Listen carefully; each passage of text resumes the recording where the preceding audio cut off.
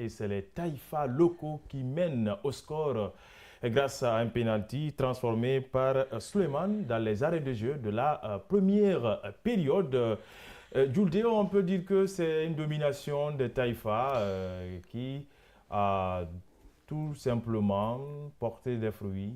Oui, L'équipe mène devant son public. oui, effectivement, il y a eu l'addition des occasions dans le camp du Burkina, même si à un moment on a senti une velléité de la ligne d'attaque du Burkina Faso, mais là on peut dire que c'est un score mérité parce qu'on a vu les Taïfa Stars qui sont vraiment dans la détermination et qui sont multipliés des occasions. Il y a eu même des gâchis pour moi, mais quand vous regardez la possession qui est à 64%, ça veut dire que il maîtrise la situation, il garde le ballon, la circulation au milieu de terrain, ça se passe bien, il respecte les consignes. Donc je crois, pour le moment, la Tanzanie est en train de gérer calmement son match.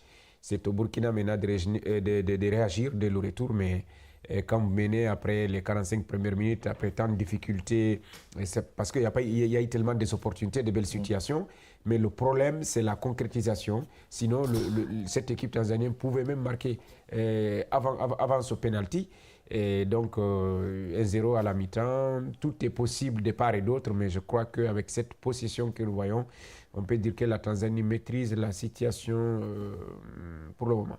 Voilà, c'est bien beau de voir son équipe menée, surtout dans un match d'ouverture pour une compétition désormais qui est relevée. Oui, je crois bien que, comme l'a dit Doulé, la Tanzanie a dominé les débats, sauf il y a un peu de manque de réalisation, parce qu'il y avait la défense burkinabèse a stoppé les assauts de l'attaque tanzanienne, mais par force, ils ont fini par créer un penalty. Et je crois bien que les débats, c'est au Burkina maintenant de prendre, de faire sortir les vraies armes pour venir au score, mais je crois que ça sera très très difficile dans la mesure où cette équipe tanzanienne est soutenue par un public avec une bonne ambiance à l'intérieur du stade. Et force est de noter que la qualité aussi de la pelouse aussi, comme l'équipe tanzanienne elle est ce soir, elle est habituée à cette pelouse aussi, ça peut un peu faciliter les débats pour creuser un peu l'addition en deuxième mi-temps. Issa Balboné, l'entraîneur burkinabé, a désormais du pain sur la planche face à une équipe qui joue à domicile devant son public et être mené de la sorte. Il va falloir rebattre encore les cartes à la mi-temps. Oui, mais il faut qu'il travaille. Il faut qu'il travaille parce que en 45 minutes, c'est 3 occasions, même s'ils ont cadré plus que la Tanzanie. Parce que la Tanzanie, c'est 9 tirs, seulement 2 cadrés. De l'autre côté, c'est 3 tirs, 3 cadrés. Il n'y en a pas eu beaucoup, mais le peu de tirs que la ligne d'attaque burkinabé a pu créer, ces tirs ont été concrétisés même s'il n'y a pas eu de but. Donc, le manque d'efficacité, c'est du côté de la Tanzanie. C'est là le problème. Il y a eu au milieu, c'est bon, la défense un peu bon, mais la ligne d'attaque, les attaquants, on peut dire qu'ils se marchent dessus. Là, c'est un problème. Maintenant, côté Burkina, je crois que il y a l'effet du public, l'importance des jeux à domicile. La Tanzanie est en train de bénéficier de tout ça parce que parfois, pour moi, le Burkina joue en fonction de l'adversaire et quand ils montent, ils descendent, donc ils n'ont pas leur propre système, là c'est un problème. Donc c'est pourquoi la Tanzanie est en train de profiter. Si vous avez constaté, à chaque un quart d'heure, il y a 2 ou 3 contre-attaques qui sont en train de mener parce que les portes sont ouvertes de part et d'autre, les latéraux ne montent pas tellement, on dirait qu'ils ont peur de quelque chose derrière. Et que, si c'est comme ça, le Burkina va jouer, ça va être très compliqué. Au milieu de terrain aussi, il y a eu tellement de déchets techniques. Là, c'est un problème pour une équipe qui veut gagner, surtout qu'ils jouent à l'extérieur, parce que le Tchad, avec l'effervescence, l'engouement que nous voyons, et il faut être solide dans la tête, mentalement très fort. Mais je crois qu'à ce niveau, le Burkina a un sérieux problème, parce que la Tanzanie, on dirait que les joueurs respectent strictement les consignes. Le seul problème de la Tanzanie, le seul secteur qui a des problèmes pour moi, c'est la ligne d'attaque. Le reste, c'est tranquille, quoi.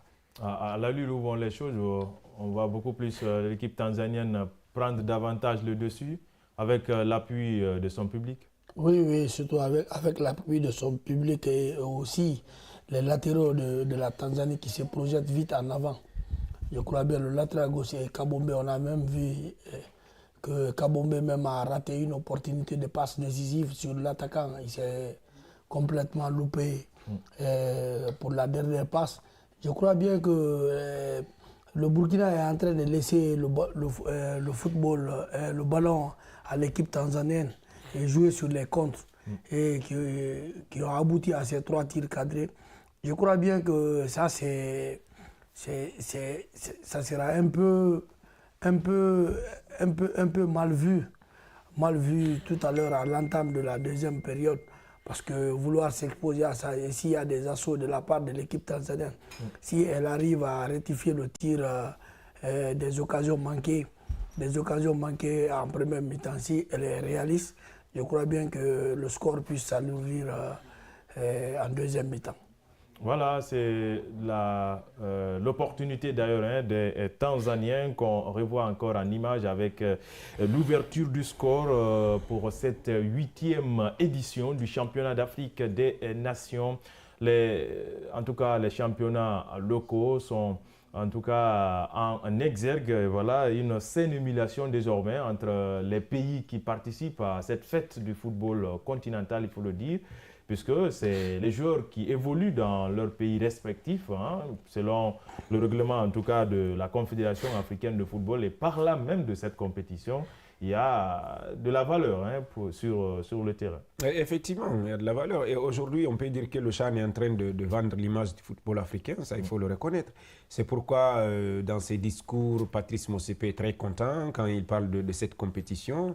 Vous le savez, la précédente édition a été largement désignée comme meilleure compétition, comme meilleure édition depuis le début. Cette compétition organisée par l'Algérie en termes d'affluence et infrastructures modernes qui répondent à toutes les qualités. Donc je crois que c'est à ce niveau. Maintenant, si l'Algérie est meilleure, c'est parce qu'il y a eu des installations modernes, c'est parce que cette compétition avait vraiment répondu aux critères d'une grande compétition.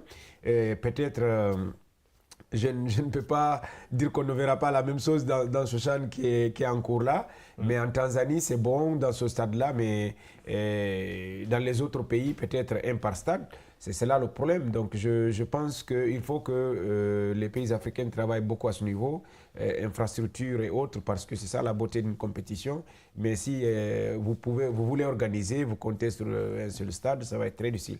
Mais là, quand vous parlez de l'émulation, je suis entièrement d'accord. Aujourd'hui, si vous regardez le championnat burkinabé, même, je dis tanzanien, même si il y a tellement d'étrangers qui sont là, les Congolais, des Guinéens, des Sénégalais et autres.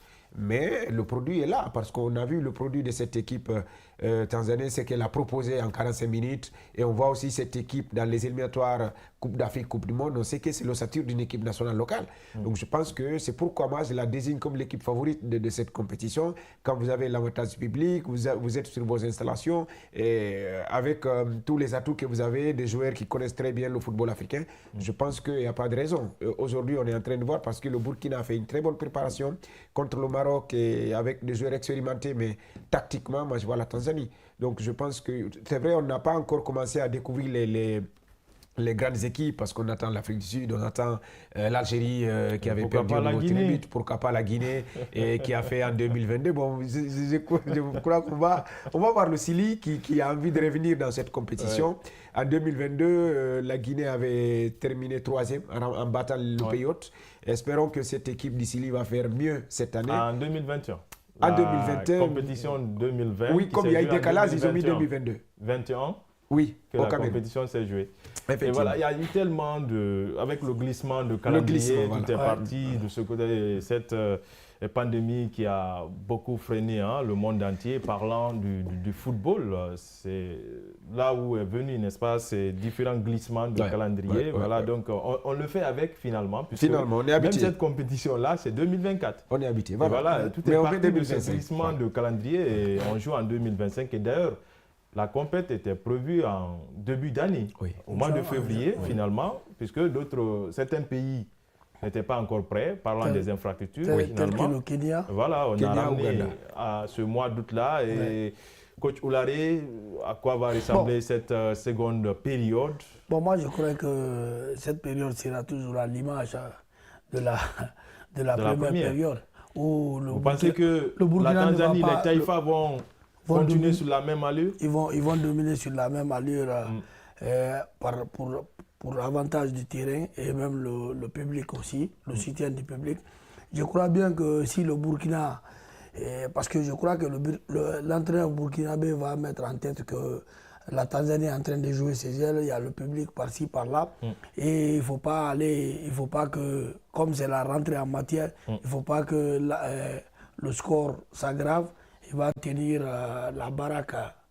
Je crois que ça ne fera pas à stopper un peu l'hémorragie, pour ne pas prendre trop. Pour ne pas prendre trop, il va jouer sur comme il a joué la première mi-temps, jouer à la contre-attaque, rester derrière et attendre et récupérer et aller en vitesse vers le camp adverse tanzanien.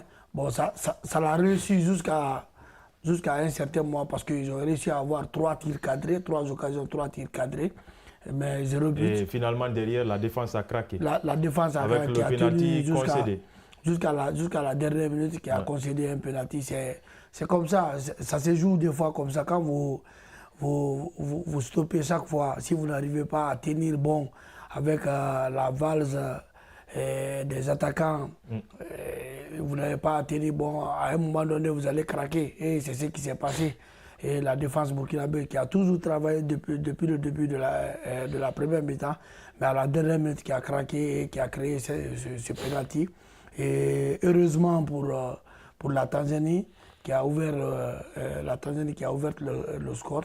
Et voilà, et coach, on voit d'ailleurs l'arrivée des deux équipes sur cette pelouse du stade Benjamin. Et Abla, une petite précision. Oui, allez-y. En cas de victoire pour les Tanzaniens ce soir, ça va être la 3e victoire de leur histoire en CHAN, parce que c'est la 3e participation. En 6 matchs, c'est 2 victoires, 2 matchs nuls. Voilà, et ils n'ont jamais aussi franchi le premier tour. Jamais. Et là, déjà, ça ne va pas être une mince affaire, puisque dans le groupe B, les équipes en présence, c'est la Tanzanie qui joue chez soi.